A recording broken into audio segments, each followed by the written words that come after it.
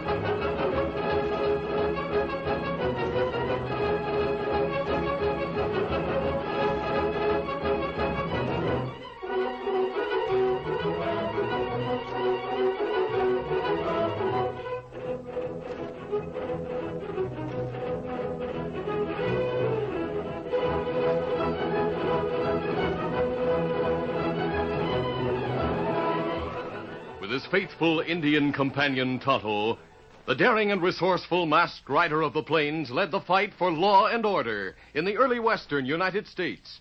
Nowhere in the pages of history can one find a greater champion of justice. Return with us now to those thrilling days of yesteryear. From out of the past come the thundering hoofbeats of the great horse Silver. The Lone Ranger rides again. Come on, Silver. Let's go, big fellow. Hi-yo, Silver! Away!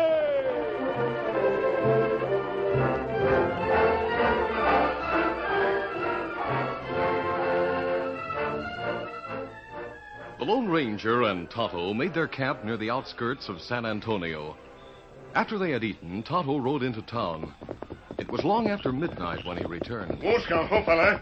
Easy, fella. Well, Tonto? Well, me find Maynard. Him stay at Alamo Hotel.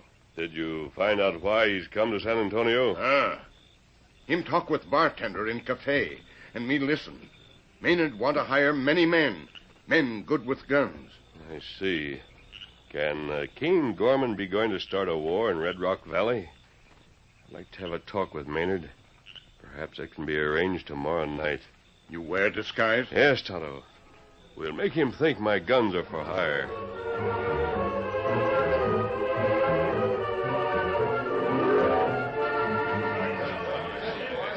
There was a moment of silence when the Lone Ranger, disguised as a gunman, walked into the Texas Star Cafe the following night. The men at the bar studied him carefully. His travel-stained clothes, his gun slung low, the soft leather gloves he wore. They challenged his gaze only briefly, and then turned back to their drinks. What'll it be, stranger? Nothing at all. Nothing? What'd you come in here for? Are there any objections? Well, no. What's the matter, partner? A little short of cash? Does that make any difference? Well, not to me. I'm just trying to be friendly, you understand. Go right ahead. Well, I thought you might be interested in a good job. It's possible. There's an hombre called Maynard, represents a big outfit in Red Rock Valley. Could be worth your while to have a talk with him. He's sitting at one of the tables in the back. Do you want me to drop a word to him? If you feel like it. I'll be standing here for a while. Kino.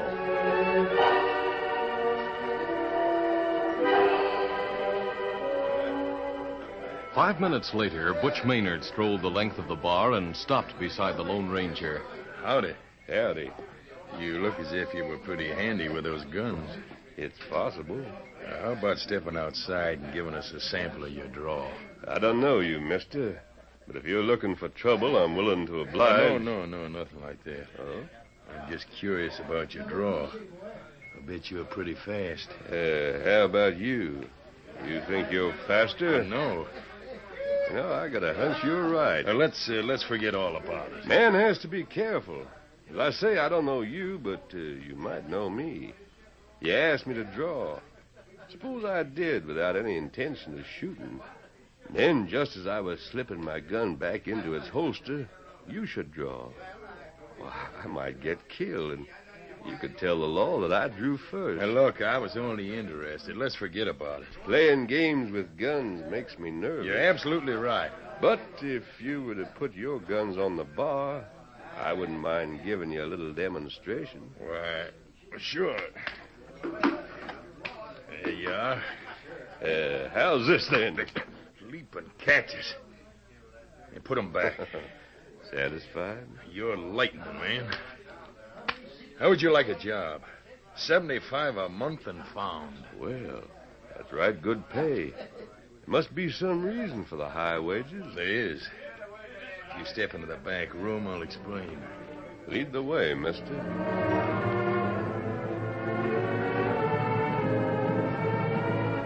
My boss is Kane Gorman. He owns the biggest spread in Red Rock Valley. You may have heard of him. I may have. We drive our herds to Junction City to sell them. That's about 1,000 miles from the valley. Yeah, I know Junction City. Well, we're selling a lot of cattle this year, and I want you to take charge of one of the herds. One of them? And there'll be several. We couldn't handle all we want to sell in one herd. Just how many head do you aim to get rid of? 50,000. 50,000? You sure Junction City's a big enough market to handle that many? It's the only market for the valley. That doesn't answer my question. They'll buy if the price is right. You mean you'll sell at a loss if necessary? That's Kane's business. Sure. It's my business to find out why you're paying such high wages. You haven't explained that so far. Well, there may be trouble. From Indians or outlaws? Perhaps from both. Anybody who takes a trail herd job expects some trouble along that line. I like a man to be honest, man. Now, wait a minute. Yeah? I'll put my cards on the table. Kane wants to clean the small ranches out of the valley. How? With guns? They won't be necessary if his plan works. I'd like to hear more about it. He won't be breaking any law. But if he can get his 50,000 head to market before the other ranchers, they won't be able to get anything for their beef at all. Does that make sense to you? Yeah, it's beginning to. My job is to make sure his beef gets to market first. Is that it? Right. If the other ranchers can only get $2 or $3 a head, they won't have enough money to carry them through the winter. And Kane can buy up their land. Sounds like a mean trick, doesn't it? It's perfectly legal. $75 a month. I'll have to think about it. You'll have to think fast. I've hired nearly all the men we need. We'll be leaving here tomorrow morning. Yeah, that gives me plenty of time. Adios, Maynard. The Lone Ranger returned to his camp, and with his disguise discarded and wearing his mask once more, he and Tonto rode north. They rode all through the night. At daybreak, they rested Silver and Scout and then set out once more. They made camp that night, and then on the evening of the following day, they reached their destination, Red Rock Valley. You'll stop at the Lazy Inn, Tonto. That good? It's round-up time, and Newton may be out on the range with his men. We'll try the ranch house first. Come on, Silver. Come up, Scout.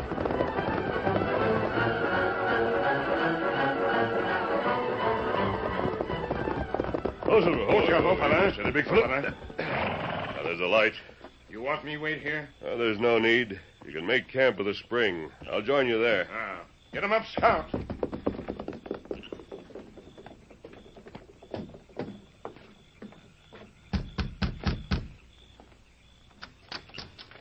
Howdy. You're Ted Newton, aren't you? Yes. Never mind your gun. Your father knows me. Well, that don't sound likely, mister. Just call him and you'll see. I'd advise you not to make a move. Pa, there's a masked hombre out here. Says he knows you. Masked man? I'll be right there. Well, glad to see you, mister. Come right in. Thanks. Oh, This is the fella I told you about, Ted. The one who passed me the warning that Gorman was out for trouble. golly, I'm sorry. That's all right. But I'm happy to say that so far you've been wrong, mister. We've been keeping a close watch on the Bargee crew. They're all busy with the roundup, same as we are. How are you coming along? Well, we haven't finished branding the calves yet. That might take another week. Then we'll cut out our trail You herd. better start on that tomorrow, Thad. And you'd better have your market steers ready to move in 24 hours. What's that? Todd and I followed Butch Maynard all the way down to San Antonio. I had a talk with him there. did? Yes, I wore a disguise. He thought I was a gunman. He offered me a job as trail boss.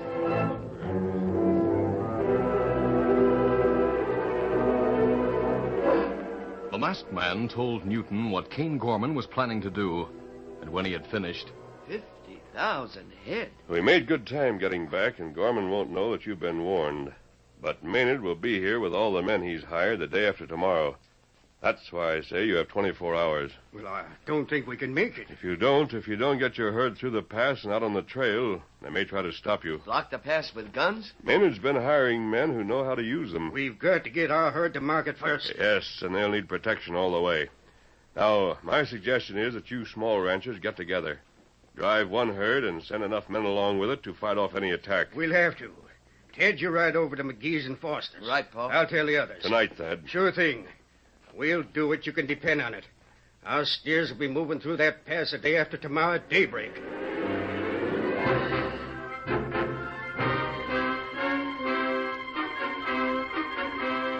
By sunset of the next day, the small rancher's trail herd was taking shape on the Lazy End Range. Hard-riding cowboys hazed the wild longhorns into one great milling mass. Darkness came and hours passed as they rounded up the strays. But at last the 2,000 head were quieted down, and the trail crews made their final preparations for the start at dawn. As the first light streaked the eastern sky, one of Gorman's riders watched them. They're on the move. I gotta tell the boss. Get up there. The rider spurred his horse on to the distant Bargee ranch house, but the sun was rising by the time he reined up in front of it and ran up the steps. Boss. Yeah, what's the matter? Boss, they got a herd moving, a big one. Looks to me like over 2,000 head. What are you talking about? Newton, Foster, McGee, I spotted all of them. They haven't finished branding their calves. Maybe not. But they're driving a herd to market just the same. They must have found out what you were up to. Yeah, where'd they start from? The Lazy End, flats by the creek. Take them a couple of hours to reach the pass. Well, there's more ways than one to skin a coyote. Come on. Where to? The roundup camp. We've got plenty of men there. Newton won't get through that pass.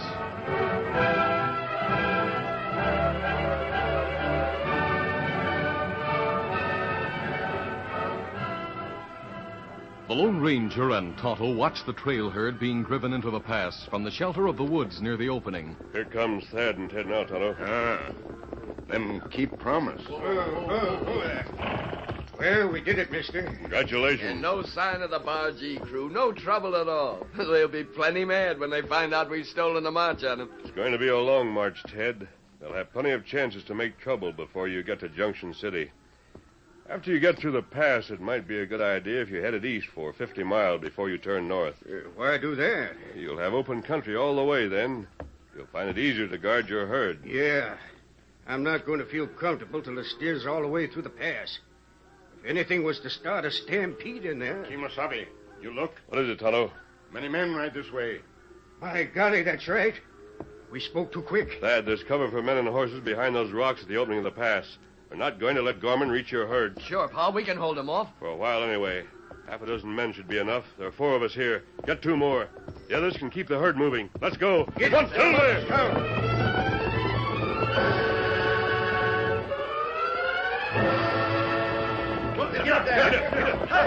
They're in the pass already, boss. All right, keep riding after them. There's some hombres holding up behind those rocks at the opening. Let them have it. Smoke them out.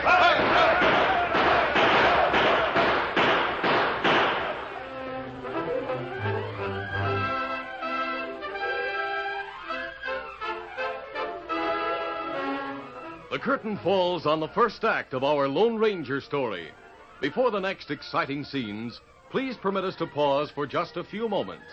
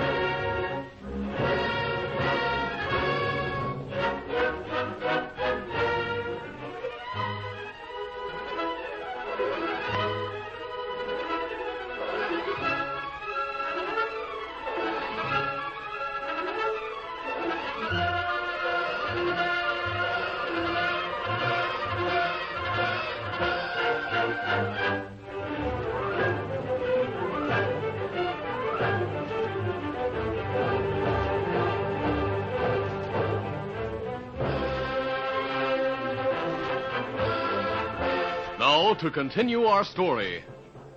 As Gorman and his hands raced toward the opening of the pass, they opened up with their 6 guns. But the Lone Ranger, Tonto, and 4 of the ranchers had found good cover and answered their fire.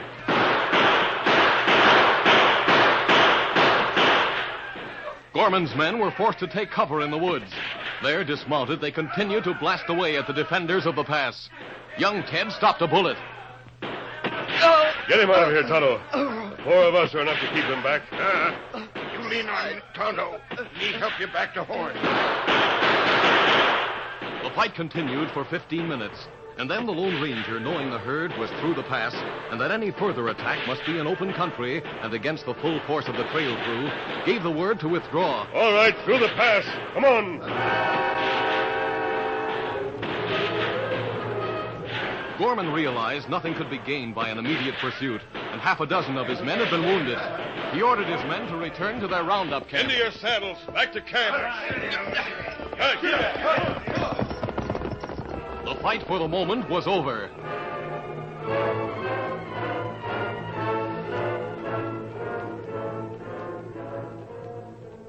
But that night, a council of war was held at the Bargee camp. Butch had arrived with the men he had hired in San Antonio, and one of the riders had returned from scouting the small rancher's trail camp. Quiet down and listen to the boss. Men, I'm not changing my plans. Russ tells me they're driving their cattle east. That's right. They're bedded down for the night in Sweetwater Basin. They're not heading for Junction City? Of course, but they're staying out of the hills. They're afraid of an ambush. They'll have to travel 100 miles farther, so we can still get our cattle to market before they do. The trail through the hills. Yes, we'll start driving tomorrow. Not 50,000 head. Oh, we've rounded up today. Yeah, about 2,000. And we'll start another herd the day after, another the day after that, and so on. There are enough of you for the job. You'll drive, and you'll drive fast. But we aren't going to depend entirely on speed and the shorter route. The rest of it is up to you, Butch. You can pick a dozen men to help you. You want me to slow down Newton? In any way you see fit. I can think of lots of ways. All right, pick your men. The rest of you will get back to work. The Lone Ranger organized the night defense of the trail camp, and then with Tonto rode back to the hills above Red Rock Valley, in time to see the first of Gorman's herds start out. From the other activities on the Bargee Range, he realized that Gorman was not giving up, and that this would be a race to market, a race of 1,000 miles. Newton will have to make 20 miles a day, Tonto. And that plenty hard to do. Yes, and the crew won't be able to get a full night's sleep very often. Gorman's hired too many guns not to use them. We'll stay with the herd from now on, Tonto. Come on, Silver. Get him up, stout.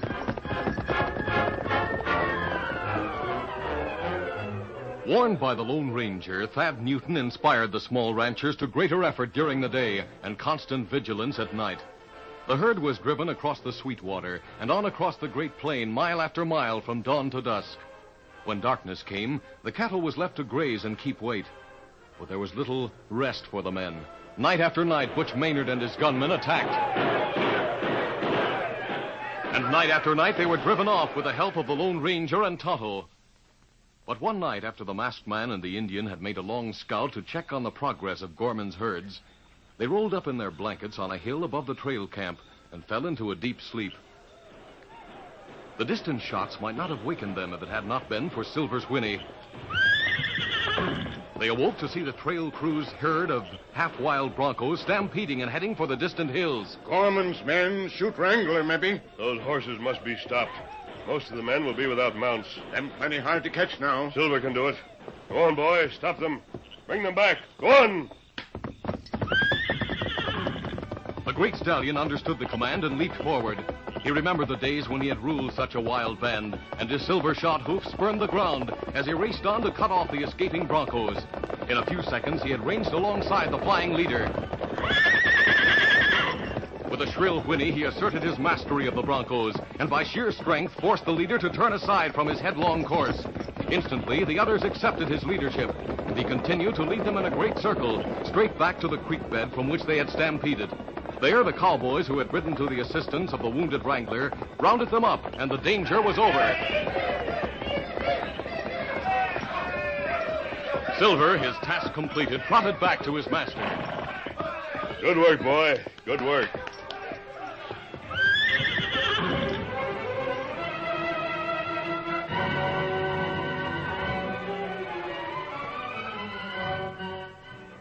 The days became weeks. Fighting by night and working by day, the trail crew drove on. 6 weeks, 7, and then toward the end of the 8th week, Butch Maynard and his men rode into Gorman's camp. Hold it. Steady, boy. What are you doing here? I come to report. Good news, I hope. No, this is your first herd. You're 40 miles from Junction City, and they're only 20. They'll be in there tomorrow night. Why, you stupid bungling fools. Well, we did our best. There's no stopping them now. They will be stopped. How? Our men are scattered over the back trail for 500 miles. I tell you that I'm if telling you. I'll think of something. Come on. We're riding into Junction City. They may get paid off for their herd, but they'll never leave the place with their money. They're tough hombres. You're going yellow? No. I just don't think you'll find the right chance to get Newton or any of them. There's a new sheriff in Junction City. You leave that to me. Come on. Get up.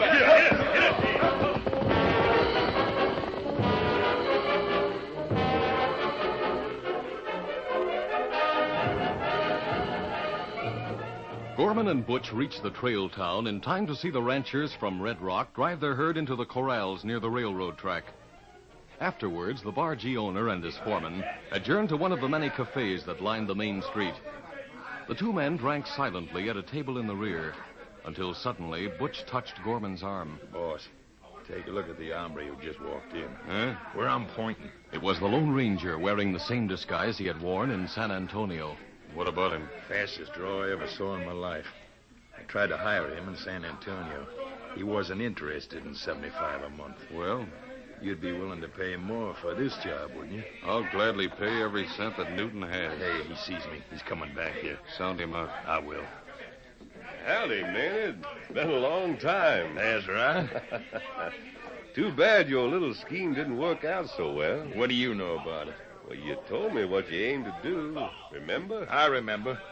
But how do you know it didn't work out? Well, I've just been down by the corral having a talk with a feller named Thad Newton. Said he was from Red Rock Valley. There was a cattle buyer named Barker there, too. He and Newton were making a deal. How much is he getting? $15 a head. About $30,000 for the herd. Doesn't sound like those small ranches will go broke this year. 30,000 is a lot of money. It sure is. A lot more than 75 a month. Just what do you mean by that, stranger? Well, I was only thinking that for a man as handy with a gun as Butch says you are... Oh, no, sir. No, sirree. No, thank you. Not for me. Why not? Well, for one thing, the new sheriff here, Bill Crockett's an old friend of mine. Crockett used to be an outlaw. Yep, that's true. But we're old friends, and I wouldn't like to embarrass him in his new job. Besides, it would be too easy. How do you figure that? Why, there I was, standing right beside Newton when he told Barker he'd pick up the money at 9 o'clock tonight. Barker's office is down that side street. Dark as pitch. All I'd have to do was wait outside, and Newton came out with the money, and then... No, I couldn't embarrass the sheriff that way. What's more, he might have a pretty good idea who did it. That'd be embarrassing for me. Now, wouldn't it? Well, maybe you're right. That's the way I figured, anyway. Adios, gentlemen. Better luck next time. Goodbye. You didn't try to persuade him very hard. Why should I? This is something you and I can handle by ourselves, Butch. Not only do we get the money, but we'll never be blamed for taking it. Our Texan friend who knew the sheriff when he was an outlaw will be the goat. He said he'd be suspected. Sure, we'll knock Newton out, then when he comes to, he'll remember the Texan overheard him talking with Barker. 9 o'clock, Butch. Horses all set for a getaway. This can't miss. At 8:30, Gorman and Butch left the cafe and walked down the main street to the livery stable. They saddled their horses and rode the full length of the main street. But when they reached the outskirts of the town, they circled back through the dark back streets until they saw Barker's office. It was the only light showing in the block. This is good. Stay here, you mean? They won't be coming this way when they leave the office. No, but we will. The horses stay here. We'll be waiting for them just outside Barker's door. Now get your neckerchief up over your face. Right. Now keep to the shadows and follow me.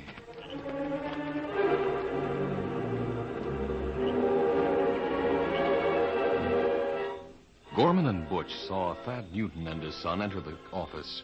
15 minutes later, the door reopened. Thad and Ted walked across the porch and down the steps. Sure you got the money safe, Paul? Yeah, I'll give it to the clerk. Just put your hands up, mister, and keep your voice down, or I'll have to shoot. Hold up. Do what he says, Ted. But the money... I'll take care of that. Inside pockets, my guess. And I'm right the first time. It's the last time you'll be right for Hey, a long what the- time. Drop that gun. There's somebody across the street. Sheriff Crockett, I said Get drop for the that horses. gun. Right. Stop or I'll shoot. Here they are. No, you don't. As Gorman started to mount, a strong hand gripped his shoulder and pulled him back to earth. You're not going anywhere, Gorman. Have you got Butch covered, Tonto? Me got him. We have your prisoner, Sheriff, and my money. Well, gee, it worked out just like you said it would. I'll take charge of them now. Do you need any help to get them to jail? None at all. Is the money safe? Here you are, Newton. Good. All right, let's go, Tonto. So long, mister. So long.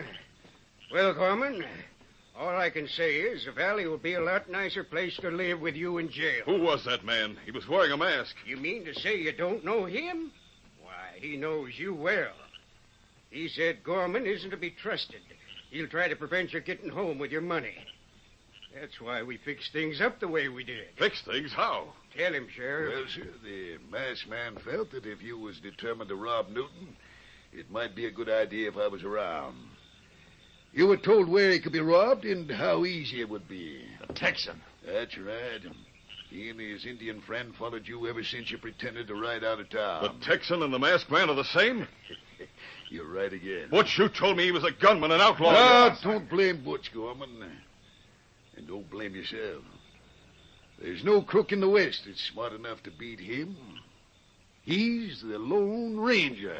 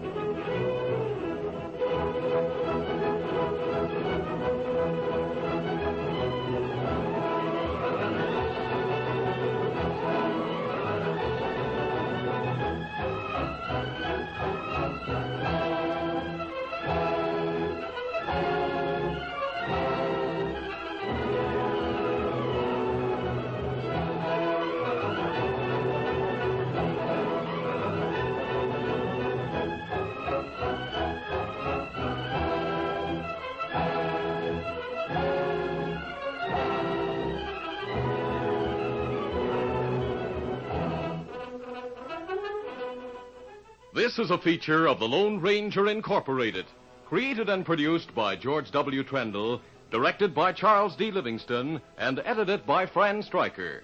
The part of the Lone Ranger is played by Brace Beemer.